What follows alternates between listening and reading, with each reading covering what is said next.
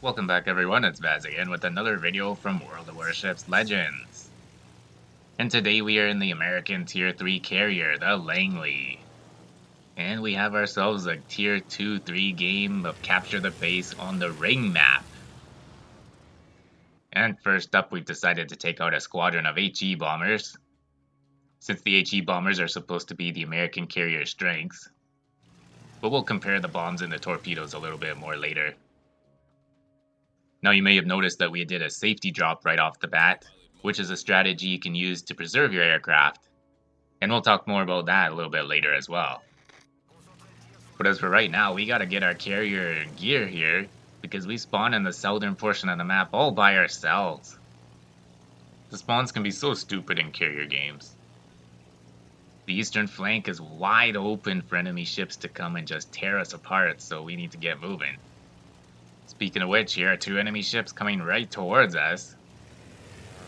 And since we have no teammates with us to take advantage of our spotting, we might as well take a few drops on these guys. And we chose to drop on the cruiser because he has the smaller health pool. It would take quite a few more resources to get rid of the battleship first, so we're going to focus on cruisers. Usually in a carrier I'll focus on the ships with the lowest health first, starting with destroyers, then cruisers, and then battleships, even though the smaller ships are much harder to hit. Just makes it more of a challenge, right? Which is always fun.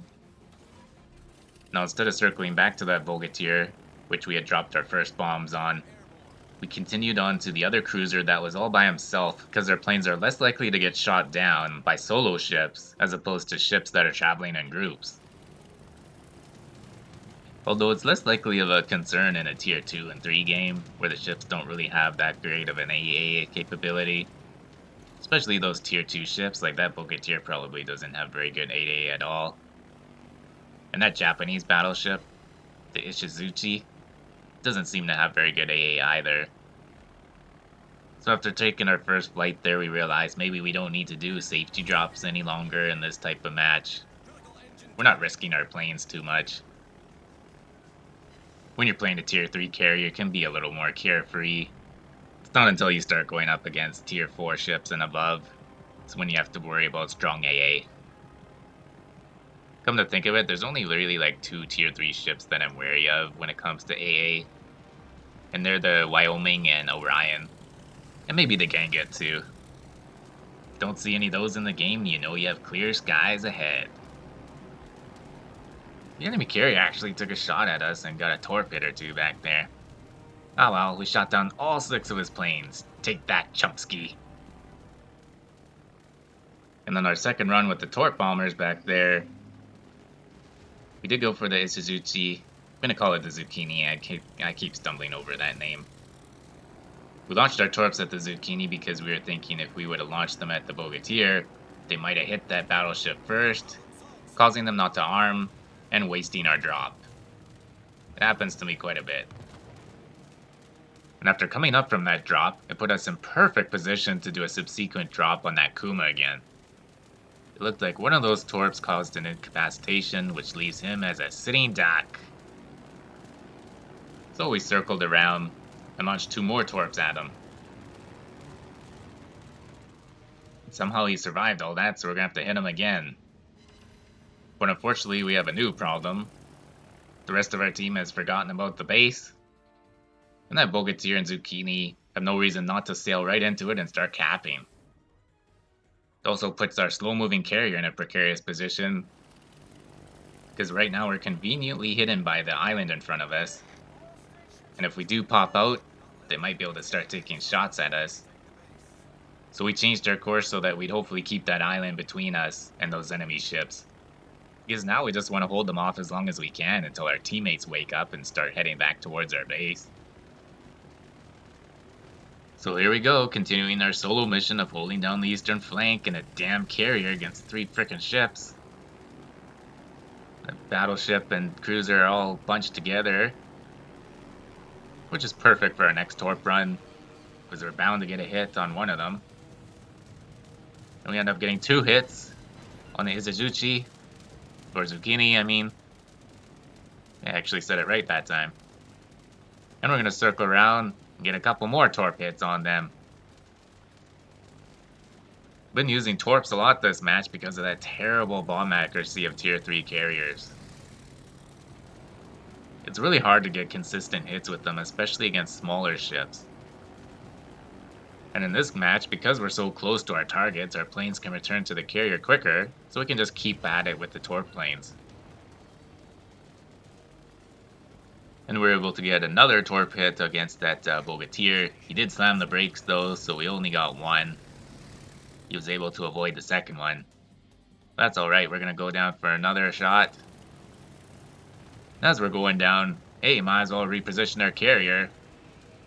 Now that's what I call multitasking. Since these guys are pretty much standing still, we successfully get 2 torp hits on the Zucchini. It was a pretty nifty drop, if I must say. Because those ships are standing still in the base, we realize that we don't need to get too far away from them, and we reposition ourselves up against the island. Now we tried to request support, but of course the damn command wheel isn't working, so we spam the shit out of it until it does work. It looks like we're pissed at our teammates, but really we're pissed off at this damn shitty commander wheel that's still freaking broken after 2 years. My god. Okay, it's time to finish off this Kuma. He needs to be put out of his misery. Sometimes when these long ships are broadside, I like to spread out the torps. But in that case, he was just sailing in a straight line. So it didn't matter. And we did finish him off, getting our first sinking of the game. That allows us to refocus our attention towards the Zucchini and the Bogatir, who are still just sitting right there. Just taking it. Let's see if we can finish off this Bogatir. We launched 2 torps against him. And we circle around to try and get 2 more hits on him. Those 2 torps did hit him. It seems like these last 2 enemy ships are really focused on our teammates, which is good for us. We get our last torps away on them. And they hit. And then that's our second sinking of the game. Now I don't play carriers very much, but during this update, the one where carriers were permanently added to the game, there was a first win bonus for each carrier, as well as for all the ships tier 4 and up. But for the tier 3 and 5 carriers, a win got you an insignia. And for the tier 7 carriers, it was 2 insignias. So Captain Saxman convinced me to go for as many as I could, so I did decide to grind these tier 3 carriers. So this game is your fault, Saxman, if you're listening. And the reason for me grinding them is I'm just not a big fan of using global XP if I don't have to. And I was able to grind my way to both tier 5 carriers. And in the end, I only had to use about 6,000 global XP to boost them. So it was worth it to get those 2 insignias. Although boy did I have such a big headache playing these tier 3 carriers this much. With these carriers, using the torps and bombs takes a lot more practice and skill than the other classes I find. Timing your dives is difficult to master, and being able to do it consistently takes practice with a lot of trial and error. That Zucchini is just waiting for us to finish him off pretty much. We had 2 more torp hits on him.